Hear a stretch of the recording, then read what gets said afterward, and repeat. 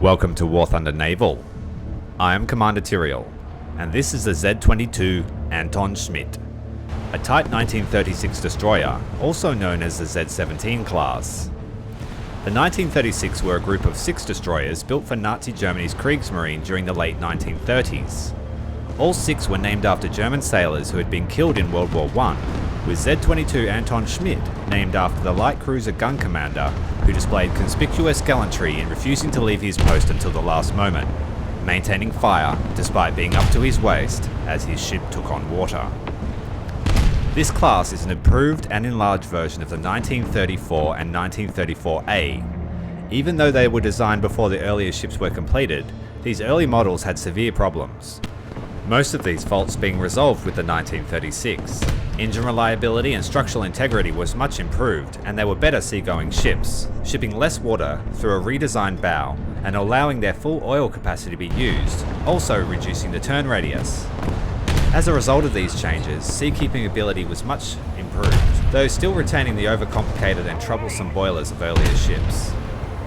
They were engaged with training for most of the period between their completion and the outbreak of the war, with the sisters helping to lay minefields in the German Bight and then again off the British coast in late 1939. All but one participated in the German invasion of Norway in April, all sunk or scuttled during the battles of Narvik, with the exception of Z20 Carl Galster, which was refitting at the time. Type 1936 ships were armed with 5 12.7 SK C-34 guns in single mounts with gun shields. One pair each was superimposed fore and aft of the superstructure, and the 5th mount was positioned on top of the rear superstructure. They carried 600 rounds of ammunition, which had a maximum range of 17.4 kilometers. In WarThunder, the 1936 is what I would call a balanced design. It is comfortable to play in a torpedo ship or gunnery role, possessing adequate firepower, decent versatile torpedoes, adequate AA, all finished off with high speed and good handling. The flip side to this is German destroyers tend to be fragile, with poorly placed and undefended ready racks and exposed torpedo tubes, low ammo count and little to no armour. As such, the 1936 is perfect for hit and run attacks, surprising and overwhelming an enemy before they can react. Although the 12.7cm SKC-34 may not pack as much punch as the 15cm rival, it makes up for this with a quite impressive reload speed, being able to fire 18 rounds per minute on average with a full ready rack, and 15 rounds per minute otherwise, firing 3 types of ammunition.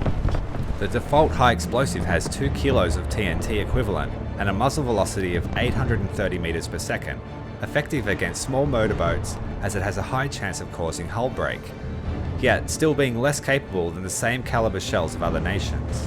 The next shell is a based Fuze HE shell with a time delay and decent penetration. Containing 1.4 kilos of TNT, it is extremely effective against armoured targets such as other destroyers and light cruisers. If you couple this with a fast fire rate and intelligent shot placement, it is possible to wipe out entire teams in little to no time.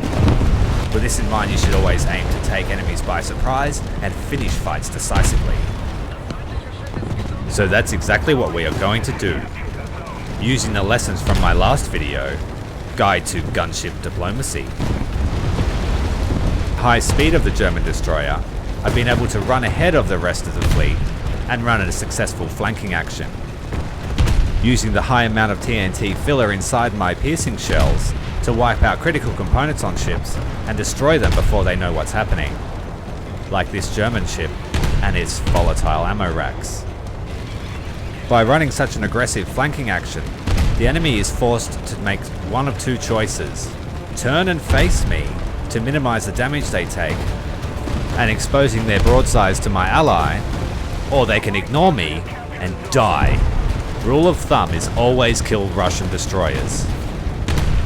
Their semi-armor piercing rounds far outmatch any other ship in the game, and as such they can do critical damage very quickly. When taking damage, always prioritize fire control in a destroyer, leaving your damaged weapons and components until you are out of combat for repair, unless the damage is critical and will mean loss of the ship. In most other cases, repairing weapons and remanning modules leads to unnecessary crew deaths. Base Fuze shells can also be an effective weapon against cruisers. You just need to close as much distance as possible. Under 2 kilometers is perfect.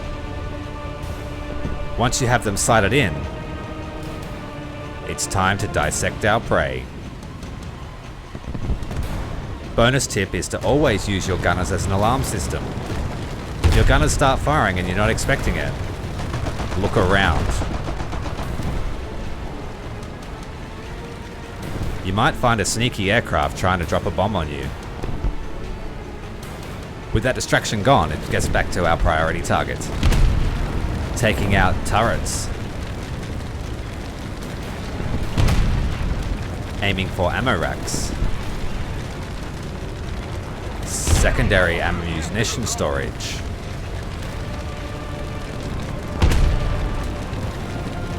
Take them all out. And as he repairs them and recruits them, start the process again.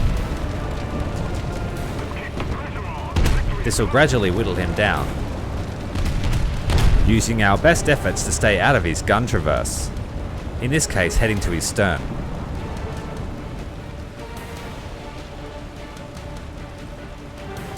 And with them mostly gone, it's time to take out that last fella and thank our allies for that glorious support. WarThunder Naval is not about getting kills. It's about doing damage and assisting your allies. When you do these things, you'll notice a huge increase to your profits.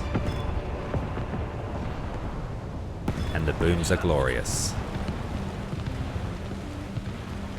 I hope you've enjoyed this video. Make sure to like and subscribe. I have many more to come. Not a bad little game, no deaths, 60,000 silver lions. Until next time, Commander Tyrael out.